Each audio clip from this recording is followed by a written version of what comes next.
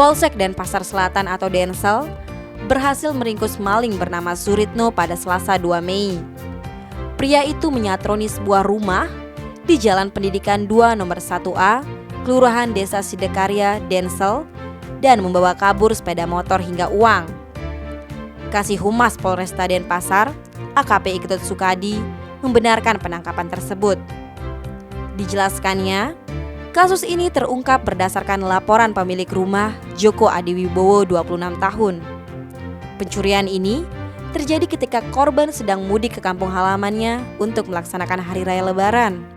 Namun, dirinya dibuat kaget pada Senin 24 April setelah mendapat kabar bahwa 2 sepeda motor yang dia parkir di dalam rumah sudah tidak ada. Maka korban kembali ke tempat kejadian perkara atau TKP untuk mengecek.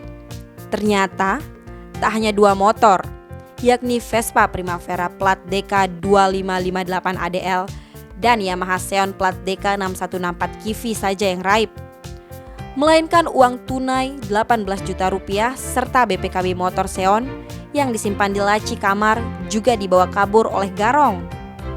Akibatnya, dia mengalami kerugian total sebesar 76 juta rupiah. Atas laporan ini, tim Opsnal Unit Reskrim Polsek Densel segera melakukan penyelidikan.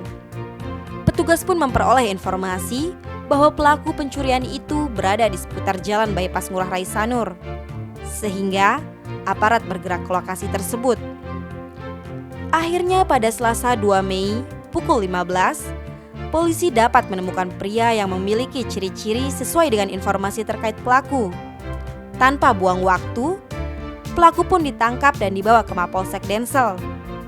Saat diinterogasi, pelaku yang mengakui bernama Suritno ini mengatakan dengan mudah memasuki TKP. Tim Bali Express melaporkan.